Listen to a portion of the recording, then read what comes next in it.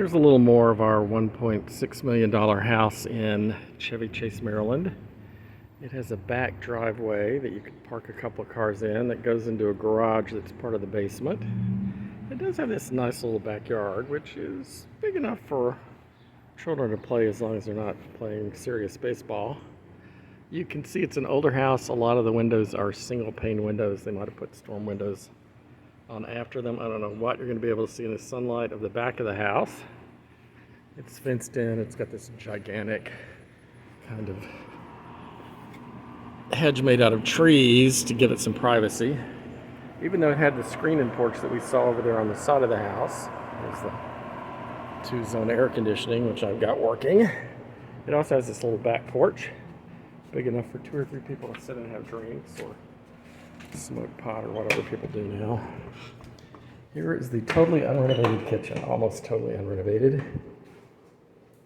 Straight from the early 60s maybe. It does have a new gas range.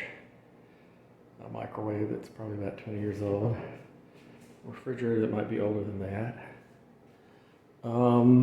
It has this little sunroom, which is I think where I would stick messy kids to eat. And then it has this sunroom that I would probably keep for the adults, which is where you could have breakfast, but it's not really the dining room. There is an actual dining room off the kitchen as well. Here's the central staircase where we were in the first part, the first video, and there's the little foyer. And then there's a completely separate living room. And then there's a closed-in screen porch. So you could have a bunch of different groups of people here if you were entertaining or had relatives.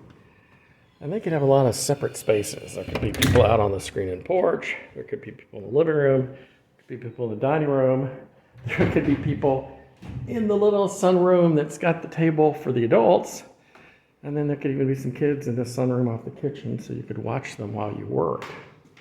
In the back, there's a half bath. This is a 4-bedroom, 3.5 bath house. Here's the half bath. Have to be careful, it has a little window. Probably they can see you from the porch. So you have to make sure the blinds are closed.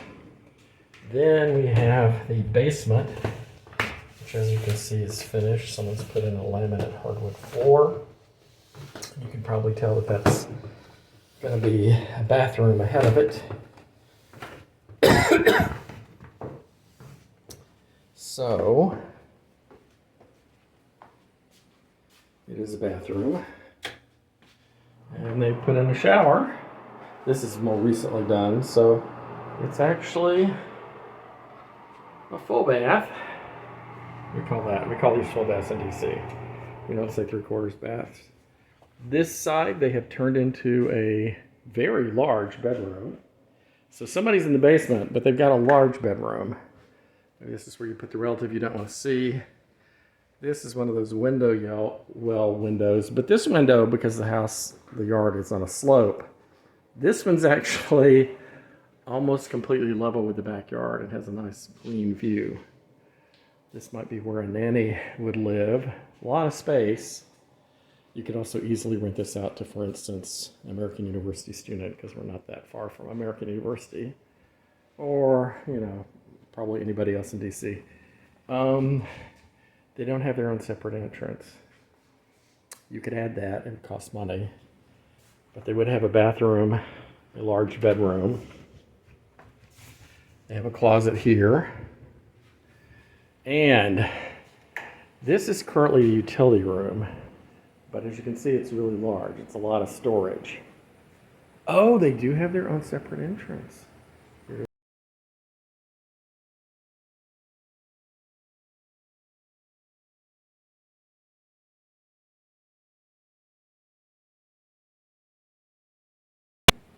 Maybe you put the refrigerator and electric stove over there. You could wall this in. You could also do a little walling in here so that you could share this washer and dryer.